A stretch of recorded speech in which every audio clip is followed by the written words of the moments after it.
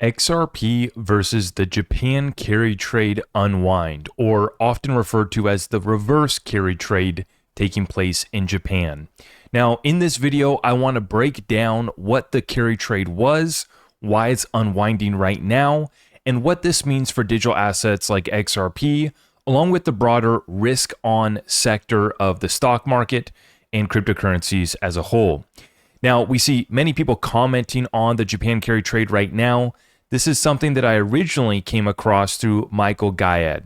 Now, Gayed, he's actually been on my show. I've interviewed him previously. And then after him, I did see Jay Claver bringing this up.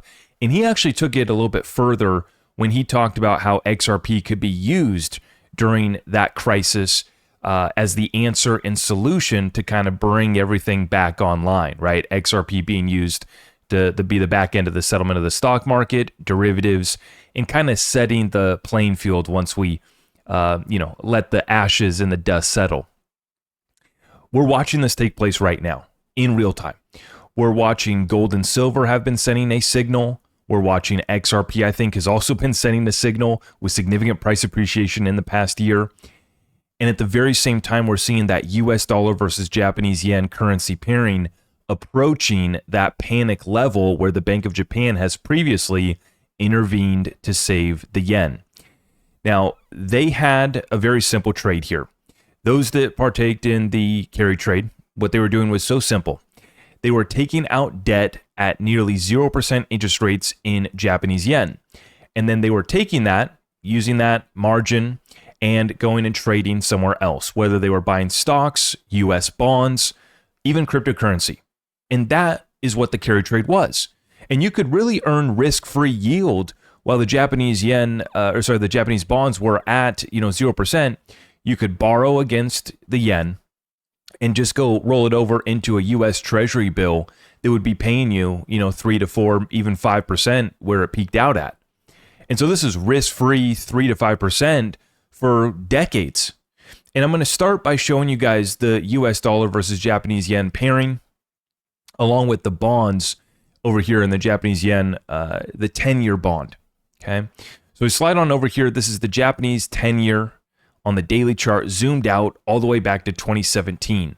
And you can see that this was literally at negative 0.3% on their interest. Now, back in 2019, this went back down to negative 27 basis points. Not pulling the exact number here, but you get the point. The real rate was actually 0. And then finally, here in 2020, March of 2020, that yield started to move back up. And what we saw was it finally passed above 0% and started to move into a positive interest rate, meaning that you would actually get paid to lend money to the Japanese government once again. You were losing before that, and then that yield finally turned positive in 2020. Now, when you take a look here at the US dollar 10-year bond, in 2020 is when we went to nearly 0, right? So 2020 really sparked this in the recent years, right? The 2020 events kind of got the ball rolling again, because the Japan carry trade was no longer a thing when their yield was still at 0, even though it had moved up from negative rates to barely positive.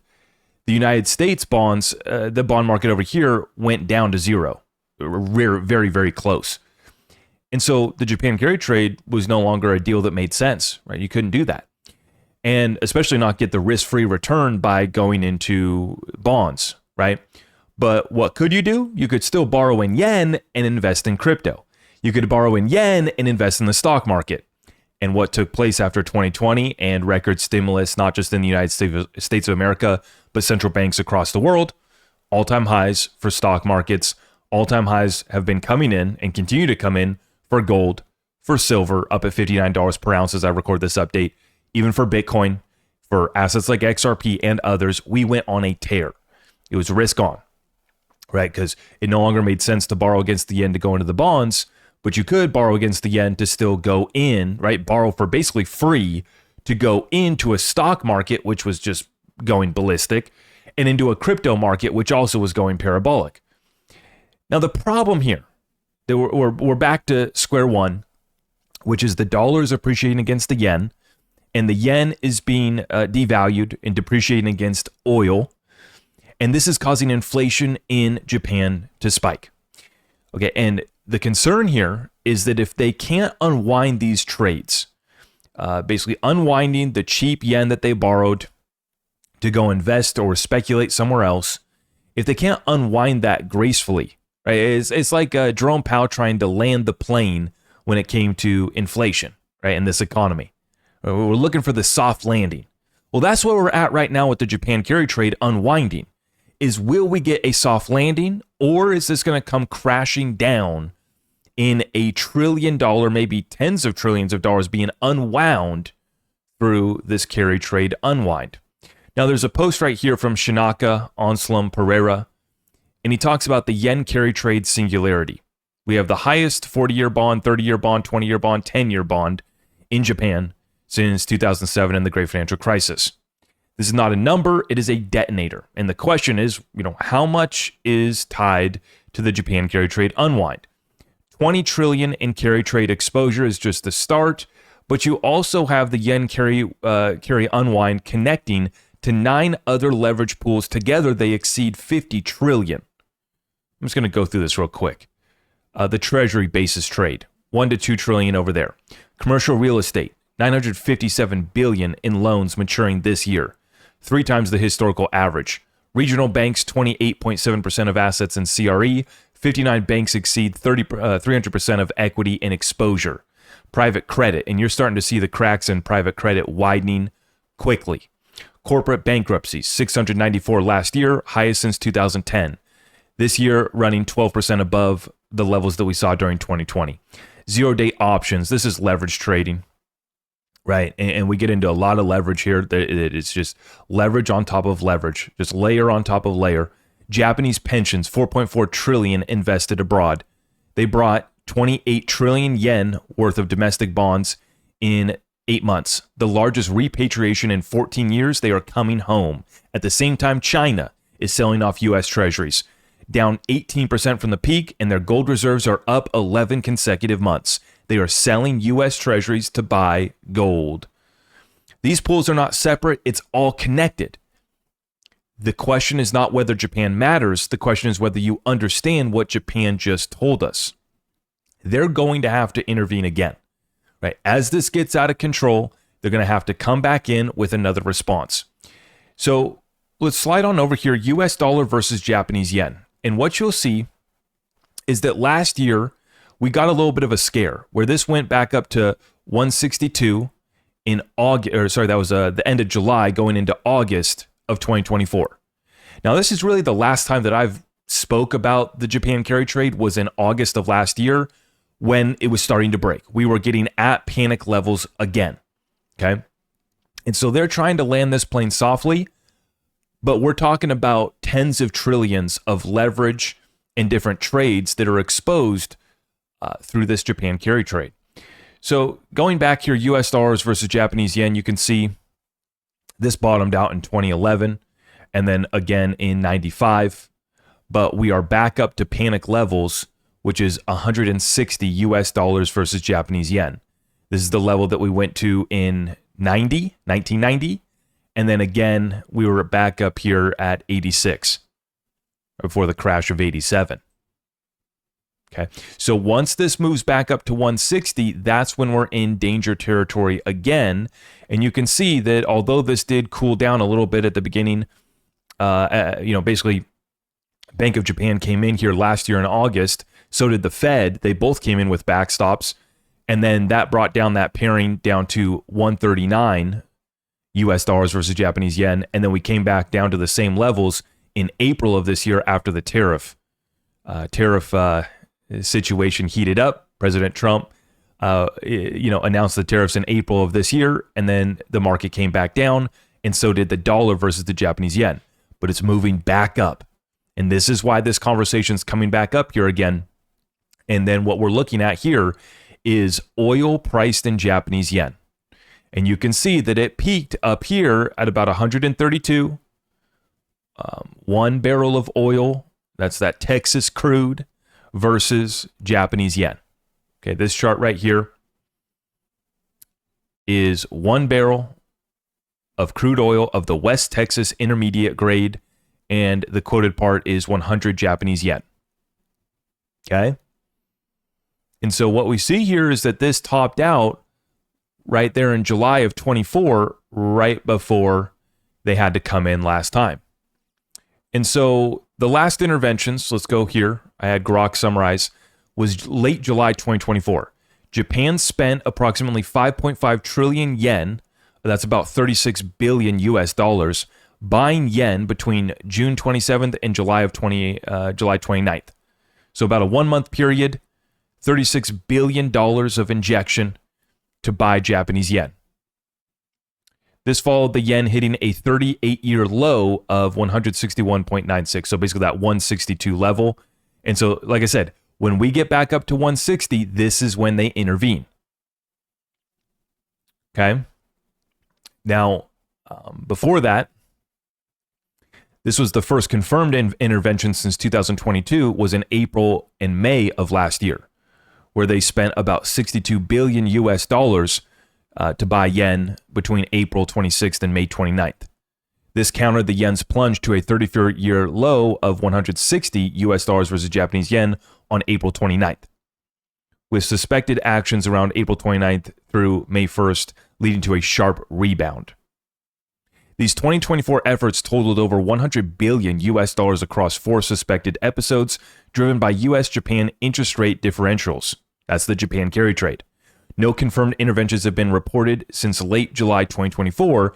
As of December 2025, though, officials have signaled readiness for future action if volatility resumes. So this is where we're at. This brings us right up to speed right here as we enter December, wrapping up 2025, and that US dollar versus Japanese yen is starting to move back up to 160, right? As I record this update, we're looking at 155 right now. Okay? And just last week, so I'm looking at the weekly chart, or that was in November, middle of November here, we got back up to 158. So we're starting to approach that level here once again. So what ends up happening is these central banks just keep on kicking the can down the road, rolling out new programs to backstop and try to make this a soft landing. What does this mean for XRP and our cryptos? Well, it means that they're going to end up inevitably intervening in these markets, in the currency pair there, and they're going to provide stimulus. They're going to do so in Japan, and they're going to do so here back in America. As I record this update just today, President Trump effectively announces that Kevin Hassett will be the next Fed chair. So we already knew that we were going to get a dovish Fed chair from Trump, and now it's confirmed. We have a super dove in Kevin Hassett, who also sits on the board of Coinbase and owns, I think, over $1 million worth of Coinbase shares. So we have a pro-crypto and a very dovish, stimulative, trying to revitalize our economy here, Fed chair coming in America. And we got a new head of Bank of Japan, came in 2003. And so since 2003, we got that big intervention last year, $100 billion worth of intervention from the Bank of Japan.